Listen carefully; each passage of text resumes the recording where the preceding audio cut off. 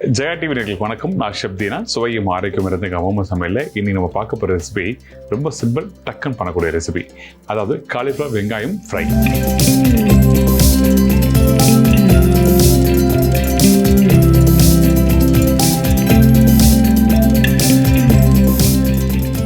Cauliflower fry சொல்லும் போது எல்லாருக்கும் ஞாபகத்துக்கு வர விஷயம் தான் அந்த 65 பக்குவம் தான். இந்த கடலை மாவு அரிசி மாவு போட்டு நீங்கள் பண்ணுவீங்களா. ஆனால் இந்த இடத்துல நம்ம எப்படி பண்ணோம்னா வெங்காயமும் வந்து கொஞ்சம் நீட்டாக கட் பண்ணி வச்சுருக்கோம். அதோட இந்த காலிஃப்ளவர் போட்டு கொஞ்சம் மசாலா போட்டு பேட்டி எடுக்க போகிறோம். ரொம்ப சிம்பிள் ரெசிபி. இது ஒரு ஸ்நாக்ஸ் மாதிரி சாப்பிட்லாம். இல்லை எனக்கு வந்து ஏதோ ஒன்று தொட்டு சாப்பிட்றதுக்கு நல்லாயிருக்கும், கொஞ்சம் லைட்டாக காரத்தன்மை இருந்தால் நல்லாயிருக்கும் அப்படின்னு நினச்சிங்கன்னா அந்த டைமில் இந்த பக்கத்தை ட்ரை பண்ணி பாருங்கள். ஆனால் இதில் முக்கியமாக கவனிக்க வேண்டிய விஷயம் என்ன, அந்த வெங்காயம் குக் பண்ணுற பக்கம் தான். முழுமையாக அந்த வெங்காயத்தை நல்லா வதக்கிட்டு நீங்கள் சாப்பிட்டீங்கன்னா நல்லா இருக்காது.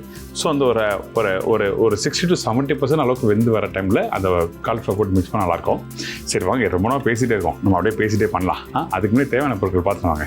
காலிஃப்ளவர் வெங்காயம் ஃப்ரை தேவையான பொருட்கள்: காலிஃப்ளவர் 1 நம்பர், வெங்காயம் 2 நம்பர், மிளகுத்தூள் 1/2 டீஸ்பூன், மிளகாய்த்தூள் 3/4 டீஸ்பூன், கருவேப்பிலை சிறிதளவு, கொத்தமல்லி தேவையான அளவு, வரமிளகாய் 4 நம்பர், மல்லித்தூள் 1 டீஸ்பூன், மஞ்சத்தூள் சிறிதளவு, கடுகு 1/4 டீஸ்பூன், உப்பு தேவையான அளவு, எண்ணெய் தாளிப்புக்கு தேவையான அளவு. இந்த ரெசிபி தேவையான பொருட்கள் பார்த்தீங்கல்ல. இதில் ஃபர்ஸ்ட் நம்ம என்ன பண்ணால், இங்கே பாருங்கள் காலிஃப்ளவர். இது காலிஃப்ளவர் நல்லா வேக வச்சு எடுத்து வச்சுருக்கணும். காலிஃப்ளவர் வேக வைக்கும்போது 2 விஷயம் பண்ணியிருக்கேன். அதாவது உப்பு போட்டிருக்கு, மஞ்சத்தூள் போட்டு வேக வச்சுருக்கோம்.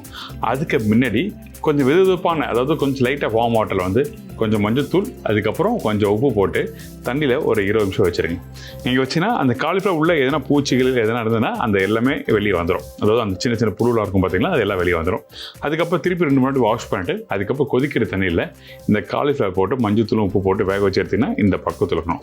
ஏன் இந்த அளவுக்கு நான் தெளிவாக சொல்கிறேன்னா, காலிஃப்ளவரில் உங்களுக்கு க்ளீன் பண்ணுற பக்கம் உங்கள் எல்லாருமே தெரியும். ஆனால் இது காய் வேகாமல் டாஸ் பண்ணால் உங்களுக்கு சரியாக வராது. அதனால நம்ம என்ன பண்ணுறோம்னா, இந்த காயை வந்து இப்படி கையில் எடுத்தீங்கன்னா, இங்கே பாருங்கள், இப்படி கையில் எடுத்தீங்கன்னா அப்படி பூ வந்து உடையணும். அப்படி இந்த பூ உடையணும், அவ்வளோதான். இப்போது எண்ணெய் சூடாகிடுச்சு, நல்லாவே சூடாகிடுச்சு. இப்போது இந்த கடுகு போடுறேன். இந்த கடுகு போட்ட பிறகு அந்த கடுகு நல்லா பொரிஞ்சு வரும் பார்த்தீங்களா.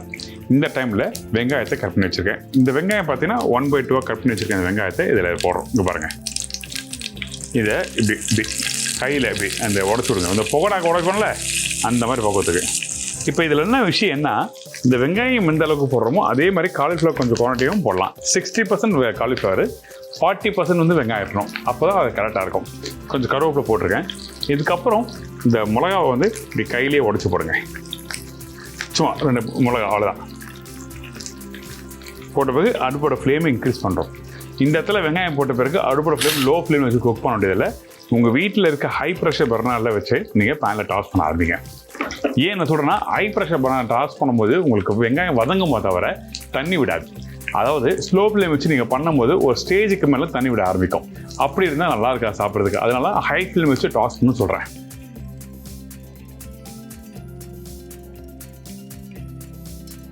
சும்மா ஜென்ட்லி இப்படி டாஸ் பண்ணால் போதும். பார்த்தீங்களா, இப்போ இந்த மாதிரி வந்த பிறகு நம்ம என்ன பண்ணுறோன்னா, வெங்காயம் வந்து சும்மா அந்த ஒரு அதிகபட்சம் ஒரு நிமிஷம் தான் டாஸ் பண்ணியிருப்பேன். இந்த மாதிரி பக்குவம் வரணும். இந்த பக்குவம் வந்த பிறகு நம்ம என்ன பண்ணுறோன்னா, கொஞ்சோண்டு மஞ்சத்தூள், நல்லா மல்லித்தூள், திருப்பி மிளகாய்த்தூள், இதுக்கப்புறம் உப்பு. ஆல்ரெடி காய் வேகக்கும் உப்பு போட்டிருக்கேன். பட் இருந்தாலும் இந்த இடத்துல நம்ம அந்த மசாலா போடுறதுனால நம்ம என்ன பண்ணோம், உப்பு கொஞ்சம் போடுறோம். இப்போ இன்னொரு விஷயம், இது போட்ட உடனே சும்மா அப்படி பேனில் அப்படி டாஸ் பண்ணுங்க. போட்டு ரொம்ப நேரம் அப்படியே குக் பண்ண வேண்டாம். அந்த எண்ணெயிலே அப்படி குக் பண்ணும்போது என்ன வேணா அந்த மசாலாவோட பக்குவம் மாற ஆரம்பிச்சிடும். ஸோ அதனால சாப்பிட்றதுக்கு நல்லா இருக்காது. இப்போ அந்த வேக வச்ச அந்த காலிஃப்ளவரை இந்த இடத்துல போடுறேன்.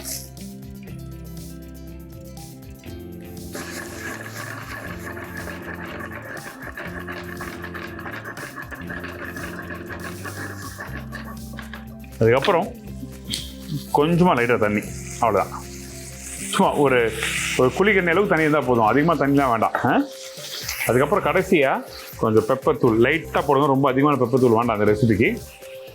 அதுக்கப்புறம் கொஞ்சம் கொத்தமல்லி போட்டு பேனில் டாஸ் பண்ணி எடுத்தால் ரெடி. அவ்வளோதான், சிம்பிள். இந்த ரெசிபி அப்படியே சுடு சுடு சாப்பிட்றது நல்லாயிருக்கும். நீங்கள் ஒரு தயிர் சாதத்துக்கோ இல்லை இந்த பருப்பு சோறுக்கோ ரெடி பண்ணிவிட்டு நீங்கள் எதுவுமே சாப்பிட்டு பாருங்க. அந்த வெங்காயத்தோடு சாப்பிட்டா தான் அது ஒரு டேஸ்ட் தன்மை நல்லாயிருக்கும். இந்த இடத்துல அந்த வெங்காயம் பார்த்தீங்கன்னா முழுசாக தெரியுது பார்த்தீங்களா, இதான் விஷயம். ரெடி ஆகிடுச்சு. அப்படியே சின்ன பிளேட்டில் ட்ரான்ஸ்ஃபர் போட்டு காமிக்கிறேன். இதெல்லாம் வந்து சும்மா அந்த ஆன் த ஸ்பாட்டில் ரெடி பண்ணுற ரெசிபி. சுட சுட சாப்பிட்றதுக்கு நல்லாயிருக்கும்.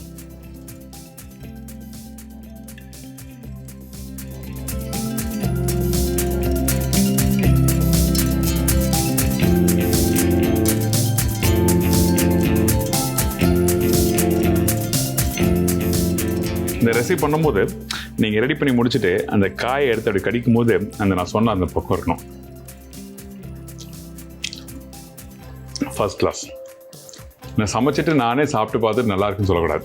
நீங்கள் ட்ரை பண்ணி பார்த்துட்டு நம்ம ஜெயா டிவிக்கு ஒரு மெயிலோ இல்லை ஒரு டெக்ஸ்ட்டோ நீங்கள் அனுப்பிச்சிங்கன்னா ஃபர்ஸ்ட் கிளாஸாக ஒரு ரெசிபியாக இருக்கும். நானும் சந்தோஷப்படுவேன். ட்ரை பண்ணி பார்த்துட்டு ஃபீட்பேக் கொடுங்க. இதே மாதிரி இன்னொரு ஊரில் போயிட்டு ஒரு ரெசிபியை கண்டுபிடிச்சி கொண்டு வரேன். சரிங்களா? See you. Bye-bye. Take care. Thank you so much.